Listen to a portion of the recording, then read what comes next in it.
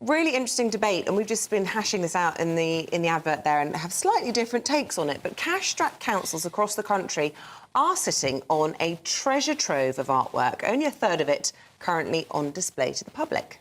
Isabel, I think that's a good idea.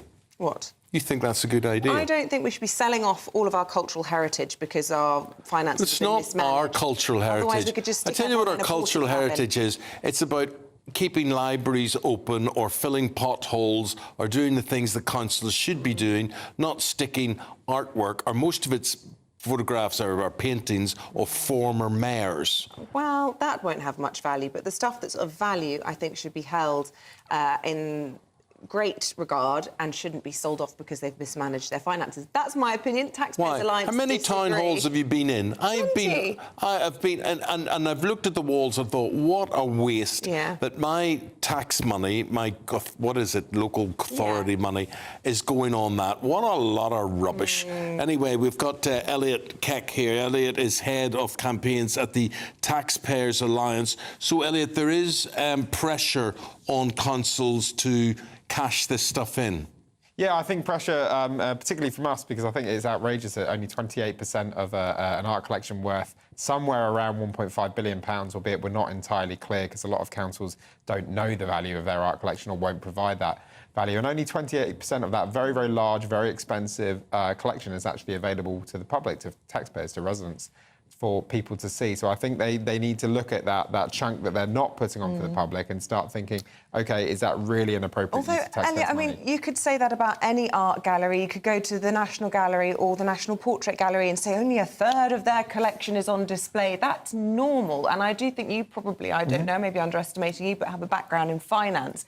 I personally object to monetising works of art all the time. Yes, councils are short on money. It's not their job. But I do believe there is a role for our British culture, and if we sell off everything... in the museums, not in the town halls. But they're talking about these museums, some of which are owned by the councils, are they not? They're talking about council buildings, by and large. So it is important to say there are some examples of councils where they have they own an art collection that's in part of an art museum, so that's possibly a slightly separate conversation, but most of this is simply art collections of councils. Take Cambridgeshire, where they own about 70,000 pieces of art, but only have about 17 on display to the public. And yes, you're right, art galleries will traditionally have only a portion of their collection on display, but that's an art gallery. That's an organisation set up, founded and run for that art What next? collection. Are you going to say we need to strip Parliament of its works of art and sell it off to pay for the NHS? Yes, we do. No, I just think there's a place for these beautiful works of art. Which seems to be in somebody's attic somewhere. It's about cultural heritage. It's about art. It's about masterpieces. Again, I think that when it comes to Parliament, that is obviously quite a distinct, historic, unique institution. Whereas a local district council that's responsible for filling in potholes and collecting bins, I'm not really sure they should be in the world of collecting. Personally, I think there'd be better ways that they could sort out the pothole problems. As we've been discussing, we've got a problem with prisons being overcrowded.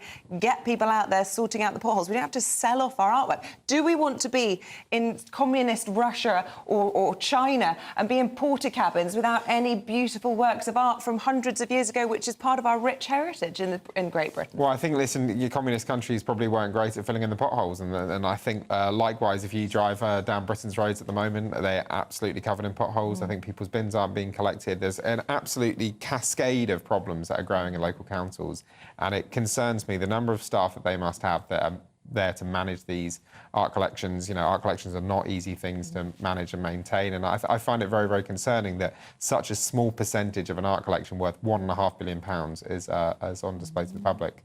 So you find that the cumulative art is probably worth about £1.5 billion. If that's the figure based on what councils have provided us, but a lot of councils have said we have tens of thousands of works of art, but we either won't or can't provide the total value. So that will be an understatement. It's likely to be tens of millions, if not hundreds of millions of pounds more. Why don't they just get the artwork on display, says somebody on Your Say this morning, rather than selling it off?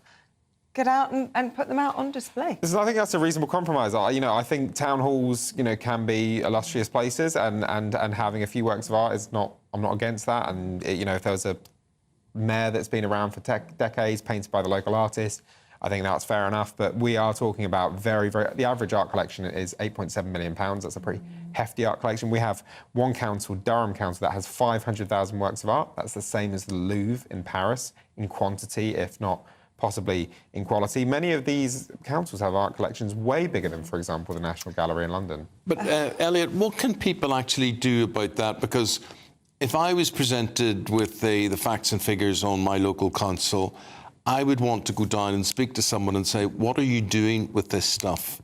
How are you monetarising it?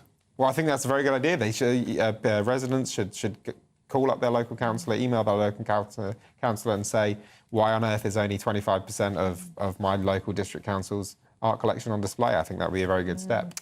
This one from DA, he says, this smacks of Gordon Brown selling our gold reserves. That worked out well. Well, see, I just don't understand this. I do not see the value or worth. I like art myself. I can collect art. I'll tell you this. You buy art at one price, a high price, and you sell it if you want to go to an auction or anything like that, and you have to practically give it away for anybody to take it. I just do not understand. It is not a council's responsibility to collect art. Yeah, and we've also seen councils gamble on the property market or gamble in trying to set up energy companies in the case of Nottingham. And every time that councils get involved in things that are really well outside their purview, they tend to go horribly, miserably wrong. And I think that's particularly concerning. And I think, councils that aren't even fulfilling their basic statutory responsibilities often need to look at themselves and think, OK, if we can't fulfil our basic duties to our residents, our taxpayers, why are we handling these art collections worth millions, tens of millions of pounds? OK, Elliot Keck, Head of Campaigns at Taxpayers Alliance, thank you very much indeed. Keep your thoughts at home coming in. This one from Dawn, she says, that's always the answer, sell off. But once sold off, you only have that money once. Perhaps they should have art museums charging a fee to view and gaining a regular revenue. Always love it when we come up with alternative solutions to the problem. But they're not alternative solutions. You're just not understanding. Go down to the town hall or the city hall or whatever and see what's on the walls. And then say, where's all the stuff that's not hanging on the walls? And they'll say, oh, yeah, it might be upstairs in the attic or whatever. And they go and have a look. They've got stuff that they don't know they have. And why do they have it in the first place? And how is it benefiting my life? Answer, it is not. Yeah, but if they could generate a revenue from it, then everyone would be happy. Let us know what you think. We disagree, as usual.